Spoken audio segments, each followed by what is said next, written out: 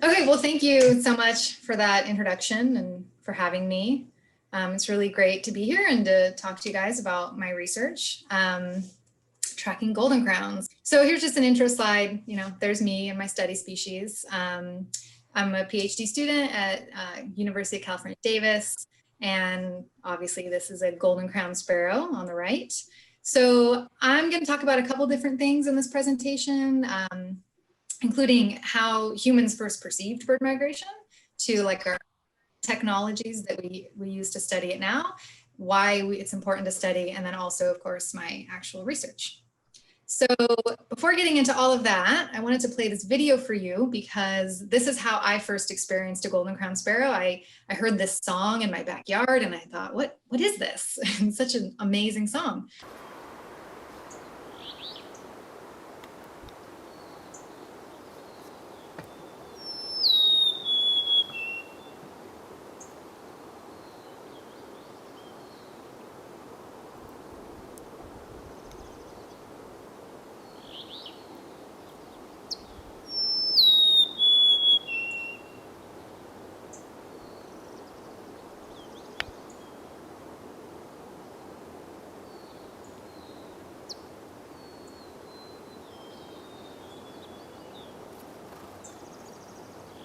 Obviously, the first time I heard a golden crown, I didn't think I would necessarily be studying for a PhD, but I had actually wanted to study songbird migration for about 10 years before getting into it. Before that, was actually involved in sea turtle migration research, totally different world.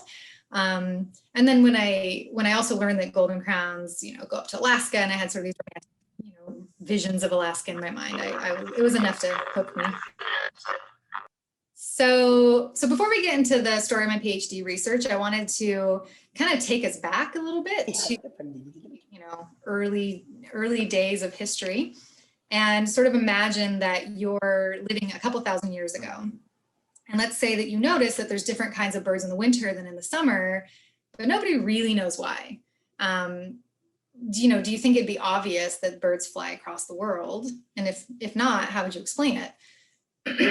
So this is the Imago Mundi. Maybe some of you are familiar with this. It's one of the first known maps of the world.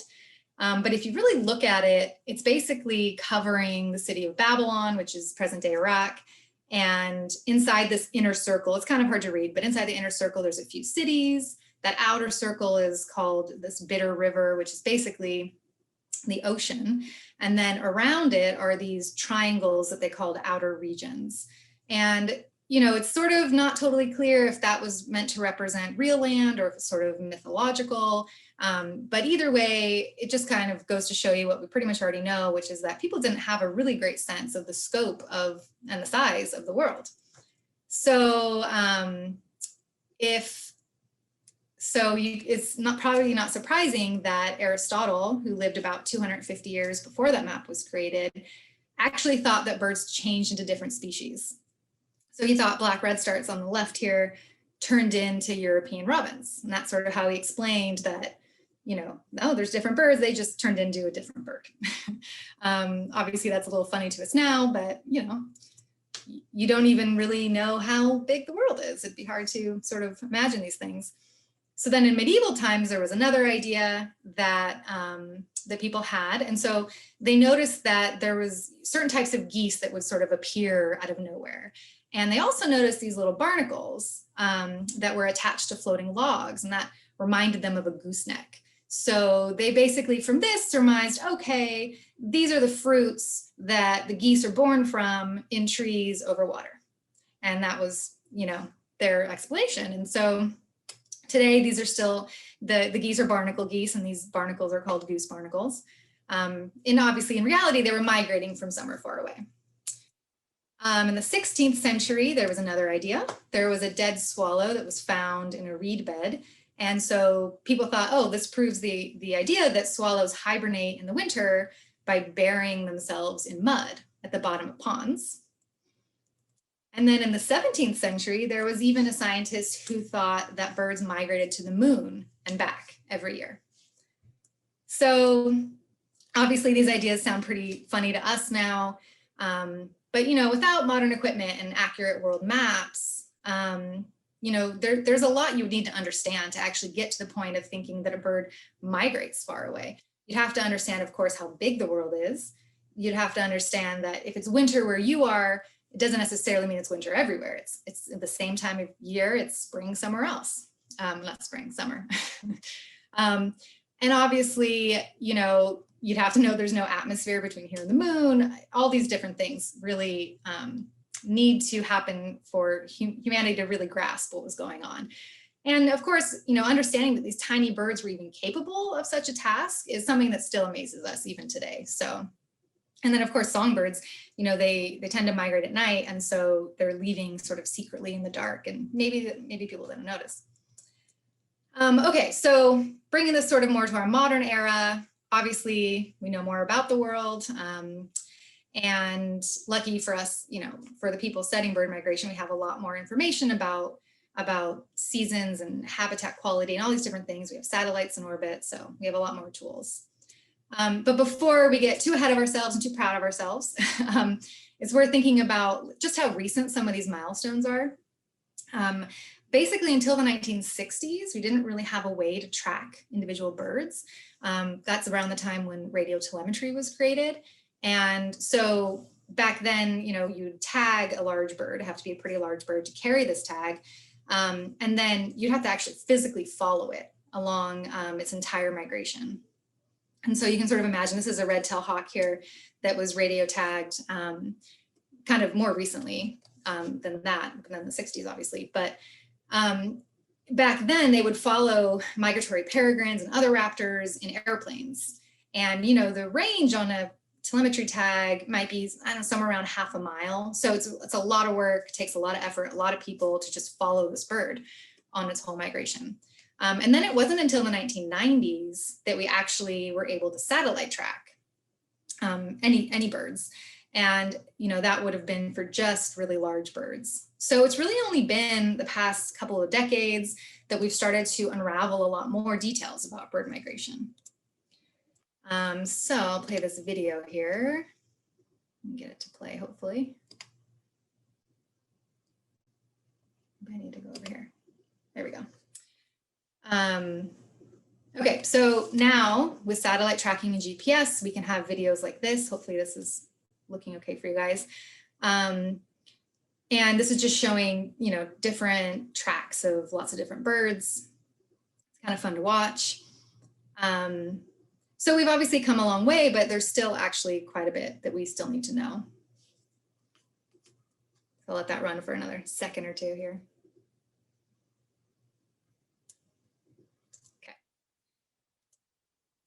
So, another important point too is that learning about migration is especially important right now. You've probably heard of this study, it came out a couple of years ago, 2019, basically showing that, birds are rapidly declining all over North America. We lost 30% approximately of North American birds in the last 50 years. So really now more than ever, we really need to understand these movements and try to unravel why we're seeing these declines, and understand migration is an important part of that. So this is a figure that was created as part of that study, and basically 90% of the total loss can be attributed to these 12 bird families. And you can see American sparrows are a really big chunk of this, and that's partially because there were so many to lose. And yeah, so I just want to make the point that common species showed really huge declines, and why should we care about that? Why should we worry about common species? In conservation, there's a lot of focus on endangered species, and that's for a good reason, of course. We don't want them to go extinct. But there's also an argument that we should also worry about common species because of their naturally high abundance, they actually have a disproportionate effect on ecosystems. So, a decline in those species, while it may not bring them close to extinction, could actually have a really large effect on the ecosystems that they're living in. And this graph here, I'm not going to show you too many graphs, but this graph here from BirdLife International shows this decline over years of common species in Europe in the Afro-Palearctic migrant system. And so you have the decline of common species on the top and then long-distant migrants underneath. And so, obviously they're declining, but what's interesting about this figure too is that it ranges, it's kind of hard to see those little numbers, I don't know on your screen, but it ranges from 1980 to 2015. And while there's been a pretty large decline, it's somewhere around 25%, you can see that like from any one year to the next, you wouldn't necessarily notice. It's not very, very steep. And so it's something that's happening around us in sort of this slow way, and understanding why that's going on is really important. So taking this back to where we are, we're seeing declines in migrants here as well. 70%, this was in 2008, 70% of temperate zone migrating songbirds have shown, decline all throughout Western North America in the last few decades. Migration is this is an example of a movement behavior that has really strong effects for a bird's survival and reproduction. It can be really costly energetically. You have a high risk maybe of mortality while you're migrating, but also it's necessary for successful breeding. So this is just kind of to show you like a sense of, the different kind of movements in our area and the different sort of flyways, but you guys are probably pretty familiar with that. Okay, so what do we do about all these declines? How can we help the birds? We obviously want to. Well, step one, of course, is we need to understand why species are declining.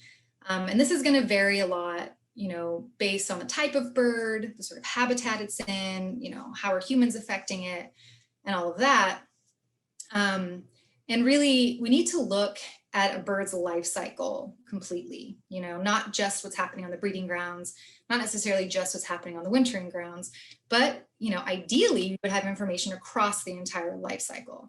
And so this is this cool little, figure showing for an American redstart, kind of all the different things that it needs to do in a year and how those things affect each other.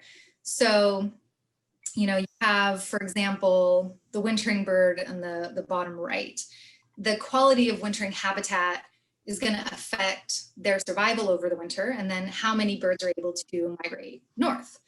On migration, if you've started out, you've had a good wintering habitat, you're nice and fat, you migrate, you have a great head start, you're doing great. But then let's say on your migration, your stopover sites, wherever you're stopping to fuel up, because you can't carry all that fat, you're a little songbird, you have to keep fueling up along the way. And let's say that, those stopover sites basically, got turned into a parking lot or something. And you aren't able to fuel up, you have to spend longer searching for food, then you might get to your breeding ground late. And if you get to the breeding grounds late, maybe you don't get a great territory, maybe you don't find, a mate, maybe you don't breed, or maybe you breed late. Anyway, the point is that all of these things sort of feed into each other over the year, and it's important to, piece out all of that as much as we can. Of course, that's a huge task, but knowing these things can really help in understanding why birds are declining. Okay, so we still need to know a lot. Where and when for a lot of species, isn't really known. Where are they going? Where are they stopping? What's their timing like? What kind of habitat are they using? I mean, there's some basic information that's still missing for a lot of species. What sort of threats are they facing along the way just from hitting things like towers and buildings? And then, what's the sort of broader scale effects of human population growth and, habitat loss and climate change? So there's still quite a bit that we need to know. So hopefully I've set the stage for, how far humans have come for understanding migration and why it's important to study. So I'm going to briefly talk about a couple of tags that people use, and then I'll get to my research. So to understand where birds go, people have actually used quite a few different methods over the years, not just these tags I'm going to talk about. And you can think about, like, we have a range map here. This is a yellow warbler on the left. And how do you go from something like that to something on the right where maybe you have different populations and where they connect? So the ones, in British Columbia are going to the Baja California, or, whatever it is. How do you piece that out? And so people have used, bird banding. I'm sure you're all familiar with that. That can kind of help you get at where they started, where they end up. But for a lot of species, it's hard to get a ton of data from that. For game species like mallards, there's pretty good data on that kind of thing. And also, you're not necessarily going to be able to piece out where the migration route was from that sort of thing. There's also, you can use genetics to do something similar to compare where, birds, like what sort of breeding grounds are connected to what sort of wintering grounds. There's radar that people use to just look at and like sort of mass of birds traveling, but you can't really see what species. So then I just want to point that out to say that there's a lot of different methods, and I'm just going to talk about a couple. And it really depends what you're trying to find out. And some of these things can be really useful for some questions and maybe not so useful for others. So one of the tags I want to talk about is light level geolocator. And this has been used quite a bit over the past decade or so. They actually don't use, even though geolocator can sound sort of like GPS in a way, but they don't use satellites at all. They use just light. And they use sort of the angle of the sun to kind of determine a position on the Earth. And that requires a lot of post-processing. And it doesn't work like, at the equator, I think, and at, certain times of year, but it's pretty good. And you can get a lot more information from that, especially for small birds, because these tags are really, really tiny. So it kind of opened the doors for trying to see, where are these little birds going? And here's an example of Blackpool Warbler. And so you can kind of see the breeding sites up there in sort of Alaska and maybe, I think, White Horse is the Yukon. And then those triangles on the East Coast and at the top of South America are stopover sites. And then you have those blobs kind of in South America are the wintering grounds. So this is really cool information. But, the sort of downside with these is that the error of the spatial error of where those birds were is pretty big. It's like a couple 100 kilometers. So you sort of have this general sense, but you can't really get at exactly where they were. So then that brings me to GPS, which can be, a lot more accurate than that. But historically, the tags have been really big. So this is a Griffin Vulture that had a GPS tag that you can see is probably bigger than a Golden-crowned Sparrow. It's hard to tell. This bird was rescued and released in the Mediterranean. But so historically, these tags have been really big. But what's really exciting is that just in the last few years, we've gotten really small GPS tags that sort of open the doors to be able to get new information on small birds. And here's just a couple of examples for GPS tags. So we have black-headed grosbeaks on the left, and I want to say there was just a couple of birds in their paper, maybe one, but they were able to get really specific breeding locations and non-breeding locations and determine that this bird was likely doing a molt migration, which was pretty cool information. And they were able to relate where that bird was with habitat quality and the monsoon season and all kinds of specifics, which was really great. And on the right, we have this for a Eurasian curlew, and just you can see all those little dots, lots of information about where that bird might be stopping, where it's traveling through, and all kinds of great information.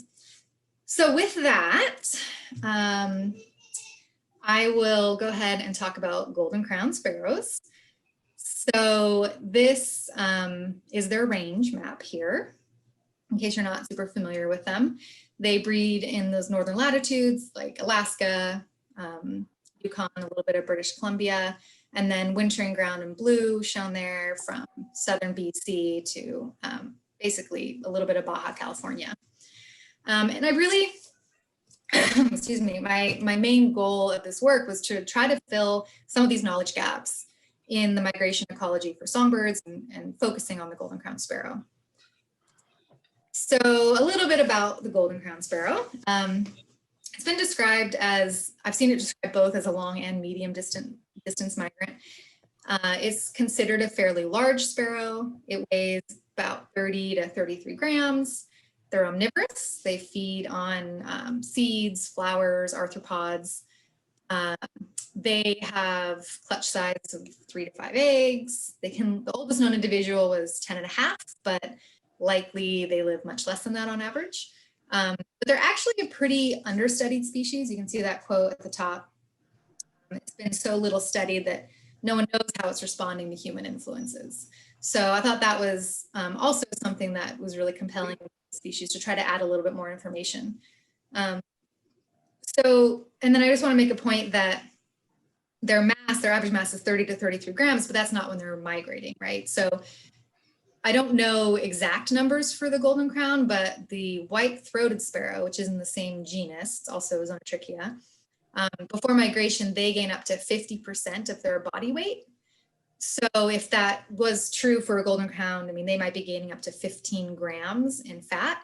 And I only mention that because of, the weight, that they have to carry with one of these tags.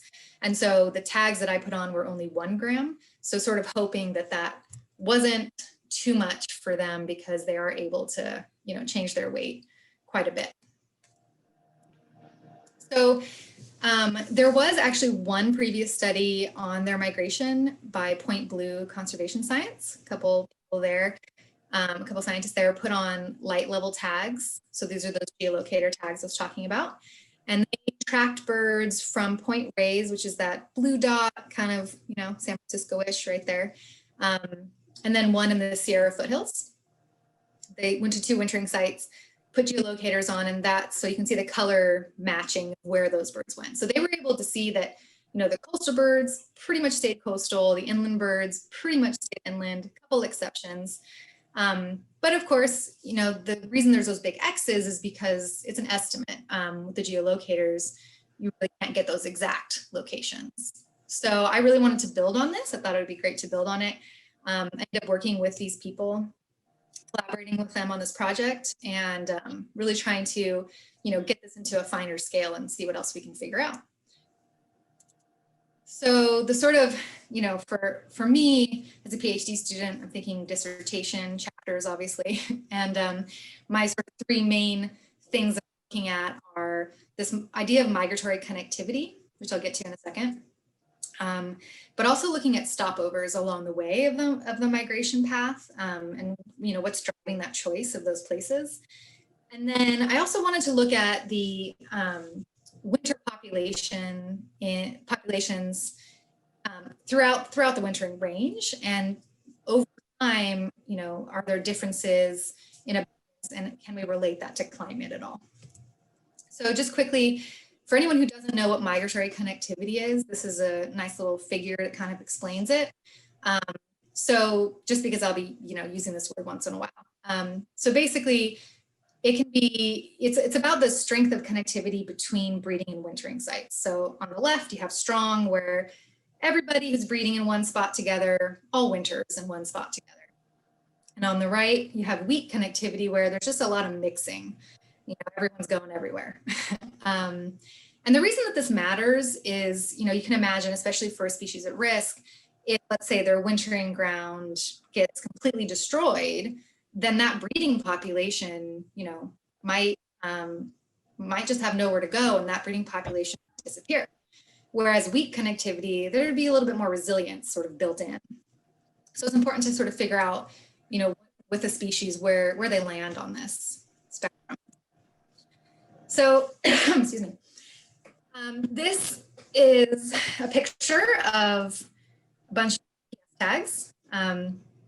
These are the ones I got there. They weigh anywhere from 1 to 1.1 gram. And these are currently the smallest available GPS tags. And so this makes golden crowns like basically the smallest bird right now that could take this kind of tag, or, any bird the same size, obviously, but birds smaller than golden crowns can't, carry these. That would be more of a geolocator problem. So these tags, one thing that is a little bit difficult with these tags is that you have to get them back to get any data.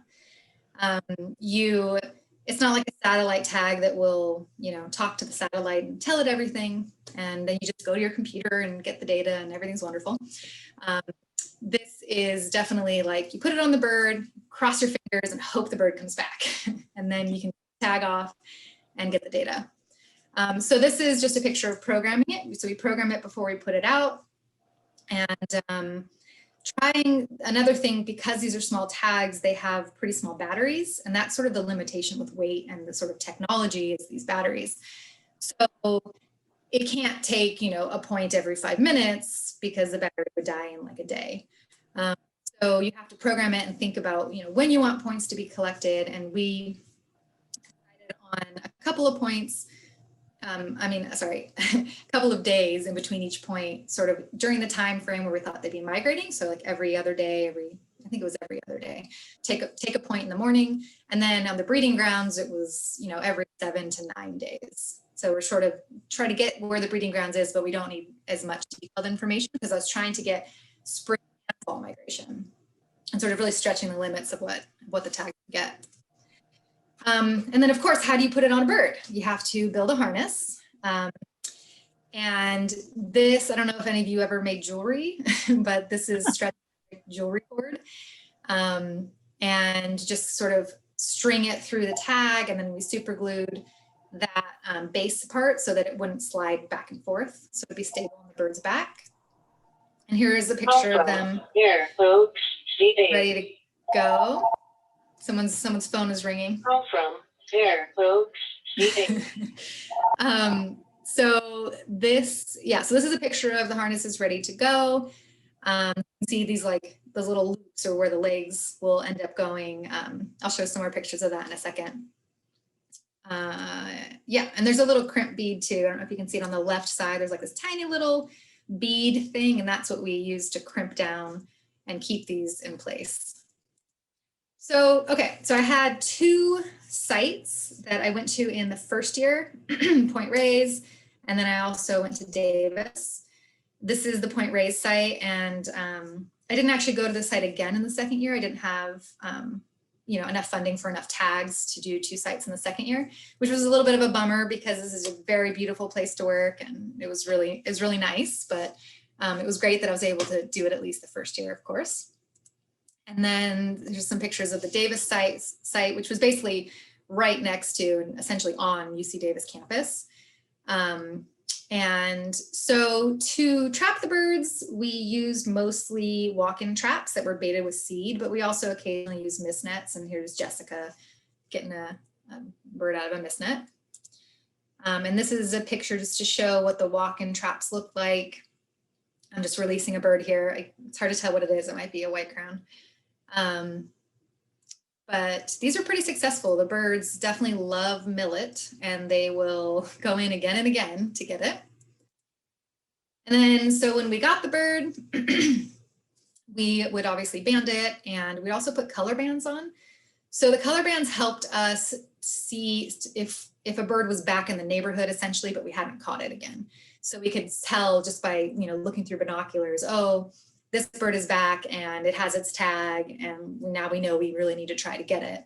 We also put out some birds with just color bands and no tags to be able to compare later, how many birds came back from the control group versus the tag group. And so, were the tags causing it to be potentially a problem for them to return? And then we checked the fat on the birds too before deciding whether they could take a tag, because not all golden crowns are the same size. And we also wanted to make sure that the weight that we used to determine if they could carry a tag was their lean body weight. So it wasn't like we had some big chunker bird who, had a bunch of fat on it. And then we're like, oh, great, it's the right size. No, we have to, subtract that amount off and then make sure it can still carry this tag, below 5% of its body weight. So just looking here at the furculum to see how much fat is in this bird. And then here's a couple pictures I'll show you of putting the tags on. It's a 2-person job for sure. One person manages the bird to make sure it doesn't get away, and another person manages the tag to make sure it gets placed correctly. So the harness sort of goes up sort of over the thigh there, around, and then gets pulled around the back and then over the other leg. And then once it's around the back, you have to adjust the fit. So you adjust the Stretch Magic jewelry cord, and here's another picture of that, kind of making sure that it's fitted, but obviously not too tight. We don't want to make the bird really uncomfortable. And then once it's in the right spot, we crimp down that crimp bead very, very carefully, not to mess up the tag or hurt the bird. And then we just cut off the ends of that jewelry cord, and you have a tagged bird. So there's a bird with a tag on it. And then we let the bird go, and we cross our fingers and hope that it's going to come back in the fall. So there's a whole lot of waiting after that. So here's a picture of some more tags and another golden crown. And so we put the tags out January, February-ish of each year. And we wanted to make sure we weren't going to get birds that were, on migration already. And I already talked about programming them and everything. So I'll just say that we hope to get, well, we thought based on the geolocator study that we would expect 30 to 50% of the birds to come back. Obviously, there's going to be some sort of natural mortality level, and we wouldn't expect every single bird to return. And then, that was just kind of based on the previous study of what they were able to get back. So that was sort of the expectation. And I put out 17 at each site in the first year and 15 in the second year in the Davis site. So in the fall, what we would do starting in October, you don't have the stress of putting the tags out, but there's a whole lot of work trying to get the birds back. So this is, Tom here on the left and the right on the outside. Tom Hahn, we're just talking about, he helped out a lot. And this was sort of our field crew this year. You can see we're wearing our masks and everything. There's Jessica. And there's just a whole lot of time spent out trying to get the birds, putting out these traps, using this net sometimes, and went out a couple times a week between October and, basically for like 4 months, till the end of, sometimes a little bit in February, but kind of to the end of January. So it's a lot of effort. And then when you do get a bird, here's just a couple more processing pictures. We look on the left, you can see, we look at the crown to help age the bird. And then on the right, you sort of look at just feather quality and other kind of basic information. Just thought it was kind of a cool picture of a wing. So, okay, this is my little cartoon here of a bird with a tag. And I just want to say that there was a lot of effort that went into this, with time, obviously, like I've already said, but there were multiple funding sources involved to raise the money for these tags, because they're not very cheap. I had to work with a lot of collaborators to make this even happen. I had to learn how to put the harnesses on, from the Point Blue people, obviously catching the birds, all the time spent there. And then you're just waiting, right? You're waiting from basically February until October, just kind of hoping your birds are doing okay, that everything's going well, that they're going to come back. And then, time comes to retrieve the tags and not really sure what to expect, sort of hoping for the best. So when the first year started retrieving tags in Point Reyes, I finally caught a bird that had been tagged. I could tell based off the color bands, but it had lost its tag. So that was like my first bird. And that was a little bit of a bummer. And then, of course, you're thinking, uh-oh, did they all fall off? Did we do something wrong with the harnesses? But then a couple days later, I caught a bird with a tag. I was like, yay. So I took the tag off, connected it to my computer, but it wouldn't talk to my computer. It just wouldn't. It just wouldn't connect. It wouldn't communicate with it. So I couldn't get anything off the tag. And I sent it into the company later and still couldn't get anything off of it. So that was a bummer. Then I got another bird. It had a tag and it could talk to my computer, but it had only a single location. So needless to say, in the beginning, it was a little discouraging. But then a couple days later, finally, I got a bird with a tag that connected and I got to see this, which was a really nice moment after all of that work to see, how far the bird traveled, just like really awesome. This bird went all the way out to the coast, the west coast of Alaska. So this was a really amazing moment, really amazing migration, and things kind of looked up from there. So I will just show you some preliminary results. I haven't done a whole bunch of statistical analyses or anything yet because I just finished this last season collecting the tags. So basically the end of, just a couple of weeks ago. But here I just show color-coded dots, essentially, for where the breeding locations were in comparison to what wintering sites. So the orange ones were Davis birds, and the yellow ones were birds from Point Reyes. Again, I didn't put tags out in Point Reyes the second year, so there's just not as many. So this is really cool. And this is down to 10-meter accuracy. So I can zoom in, I can see these like really cool mountain ranges that these birds are hanging out near. And there's a lot of potential information, you know, once I really dig into it to get out, and it's really amazing. And also another point that is interesting here is that the inland birds from the geolocator study, they were from the Sierra foothills and they stayed sort of in that Yukon area. These ones from Davis seem to be more similar to the coastal birds. And there's not a huge difference between where they went. So that was also interesting. And I'm actually going to expand this with some stable isotope work, which is a whole other thing I won't totally get into, but it's a way to get a rougher idea of where birds' breeding grounds are, but it's a lot cheaper and you can do it. And I'm going to do it for like 150 birds. So that will hopefully add to the whole picture of migratory connectivity. Here's just some cool numbers. You can see I got about 40 to 50% return rate, which was really great. It was better than we expected.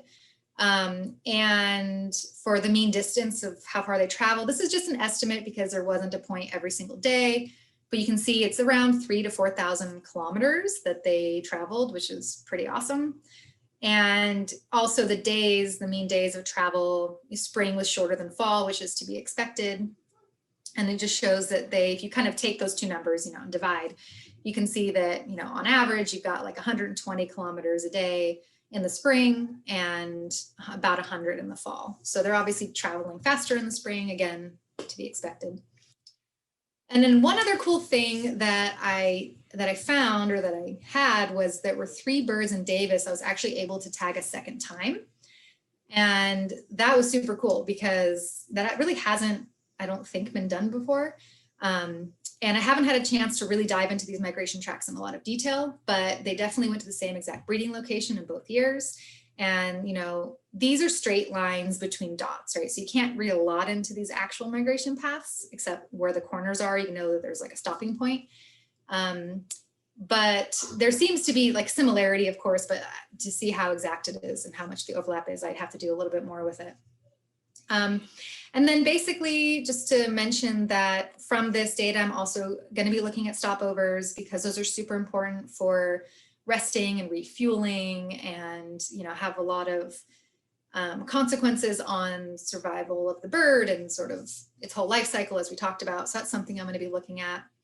And then I thought this would be kind of interesting, especially for you guys, is that I'm going to be using Christmas bird count data as well, totally separate thing, not to do with the GPS data. But I want to basically look at the winter populations and climate and sort of the numbers of birds. How are they shifting over the years? Is it related to climate? And one thing that, you know, this Golden-crowned Sparrow is not considered to be declining overall, but the Christmas bird count data is showing that there's this decrease in the southern part of the range. And so, you know, that could be consistent with a climate range shift. And so anyway, I'm excited to look into that, of course. So that basically is the end of it. But before I totally end it, I just wanted to show you some pictures of birds. These are just different birds that we caught in the process. And they're just kind of fun. I don't know if anyone wants to call out. We can do some bird ID. If anyone wants to guess what the birds are.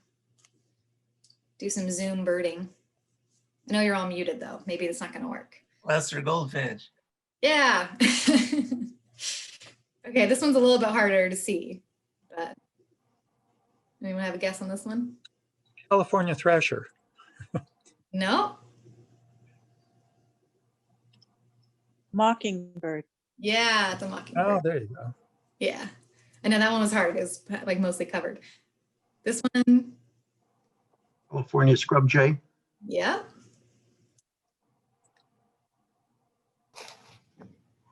Now we're getting into little brown birds.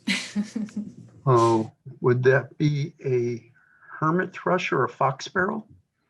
Fox One of sparrows? them. Yep, fox sparrow. Yep. Yep, exactly. This one might be a little easier for sparrows. Now, how could you tell if that was a Gamble's? Oh yeah, there's I didn't spend a lot of time IDing, white crowns to subspecies, but if you look under their wings, you can sort of look for if it's like a yellowish or sort of more silver. But now I'm forgetting which is which, but I know that's kind of how you can tell. If anyone out there knows, feel free to share. I can say. Oh, hi. It's, you were right. It's the silvery wing linings, which you can't see here, but also the orangish bill and the very frosty back. That's not a very brown back. You can see on the back, there's this frosty whitish that's quite conspicuously contrasty with the reddish brown. And that bill, the tip isn't so black. I guess it's just dark, maybe from wear, but otherwise the bill would be orange. Yeah, it's orangish, and in the Pugetensis, which would be the other one that we would have around Davis, it's a much more lemon yellow bill, but these are not easy to tell apart. You get Pugetensia in Davis? A few. A few.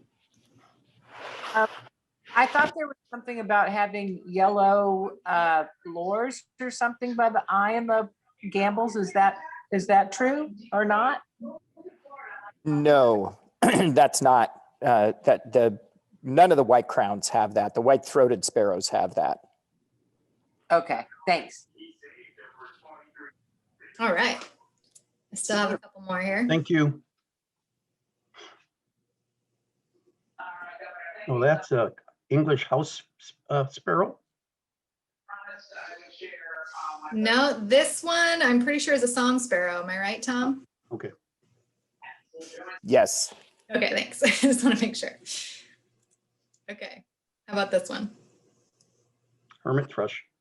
Yep.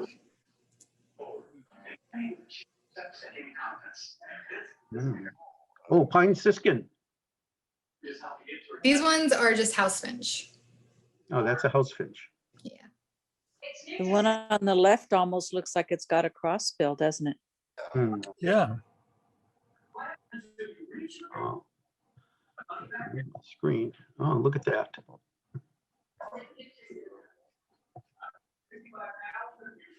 People know what this one is?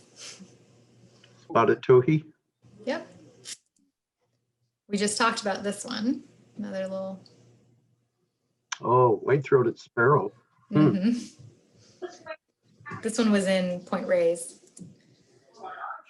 So the light's not super great here, but hopefully you can see.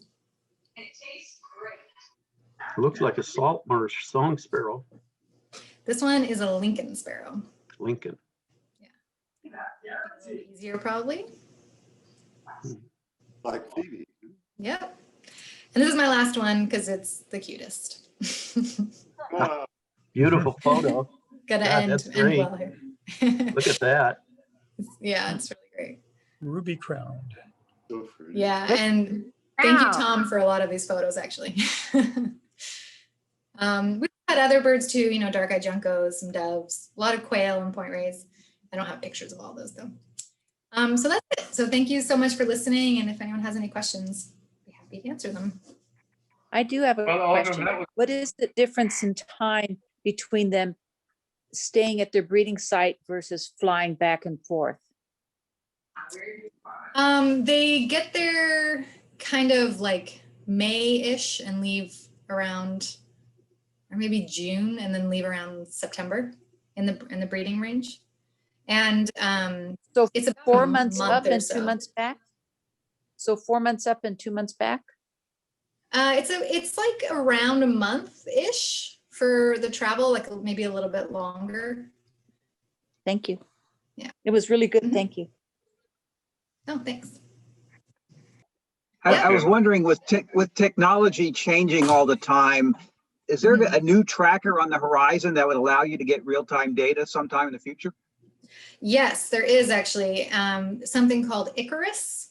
And The expectation with that one, they put one satellite in space so far, and the expectation is that in the next 4 years or so, they're going to have tags 1 gram or even lighter that you don't have to get back, that they'll just talk to the satellite. So that's going to, I think in a few years, we're going to see like a huge change in what we can get.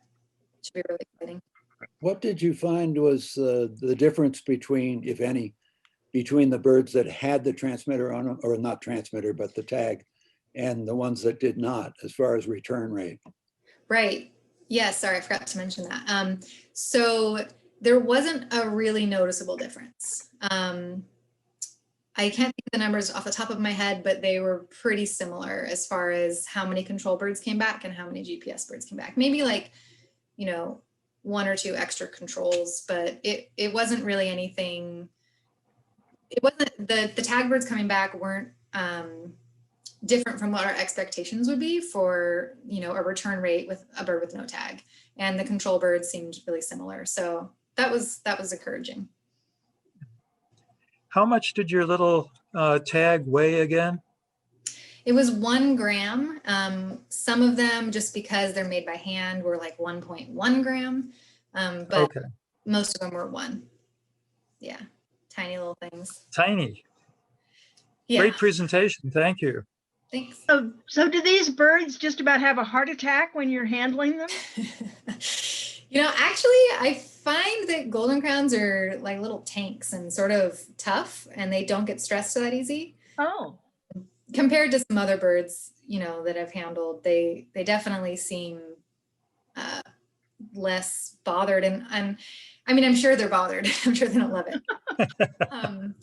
But even birds that we tagged with a tag, like, so we spent extra time with it, we put a tag on it, the next day you would catch it in a trap again. It wasn't necessarily, staying away from the trap or anything like that. So yeah, it didn't have any birds have a heart attack, luckily. So. Autumn, how long does your program last? Or when will you complete, I should say? Yeah, so I'm in my 4th year, I think. Sometimes it's hard to keep track, but pretty close. Maybe another year and a half. I just finished fieldwork, so it's mostly focusing on writing and doing some data analysis now. Did you put the nets in the same spot at Point Reyes to catch them and then catch them again when they returned? The sort of. So we had in Point Reyes, there's basically think of it like a house and like the yard around it. And a little bit out from beyond that was the site where we trapped the birds. And then we put some nets sort of in that vicinity when we felt like maybe we saw a tagged bird that wasn't going in the trap. And then in Davis, same sort of thing. I mean, it's a pretty small area, just a few hundred meters out, maybe, like not very far. I noticed that the spring migration was shorter than the fall migration, as you mentioned. So that means there was a competitive attitude in the air, wasn't there? They're looking for mates when they get up. Yeah, exactly. And that's been found for a lot of other birds too, that, getting there early can have its advantages. Obviously you get there too early, then it's freezing and it's not great. But getting there on the early side, it has an advantage for you, potentially for you as the bird, potentially staking out a great territory, getting there first, getting started early on nesting as early as you can, so that you can complete nesting cycle in time to then have nice molted feathers and then get on your way to the wintering grounds in time before food runs out. You obviously want to time it with, the pulse of insects and things like that up in Alaska. So there's much more pressure to get up there early in the spring, and then in the fall migration, it's a little bit more relaxed, have those pressures. Did you tag both males and females? And if so, was there a difference in return rate? Yeah, that's a great question. So I can't actually tell if they're male or female. I hope so. I did take some feather samples that I'm going to be using to sex the birds genetically. So hopefully we'll be able to also incorporate that into this whole thing. We've been working in the Bay Area on light pollution, and there are some very large projects in planning that would create these monumental shiny objects all night. And I was wondering if you have any information on impacts of light at night on what these birds do. Yeah, so I don't think there's information specifically for golden crowns, but definitely birds like this, songbirds, they migrate at night. And it's been shown that they will be sort of thrown off by really bright lights at night and sometimes be attracted to it, which might cause them to hit structures. It's kind of, they navigate by stars and the magnetic field and things like that. And the light just seems to be confusing. So it's definitely not a good thing for migrating birds to have really, bright lights at night. Thank you, Autumn. Well, if there are no more questions, I think we'll close the program, but I'd like to thank you very, very much, Autumn. It's been really a tour de force to listen to you talking about these things, and I've learned a lot tonight, so I really appreciate that. And I'm sure everybody else feels exactly the same way. In fact, I've seen many chats, little chat notices here saying how great your presentation has been, so we really appreciate that. And I hope we can invite you back sometime and talk about more things too, so I really appreciate it. Thank you so much. Thank you so much. Good night. It was great. Night.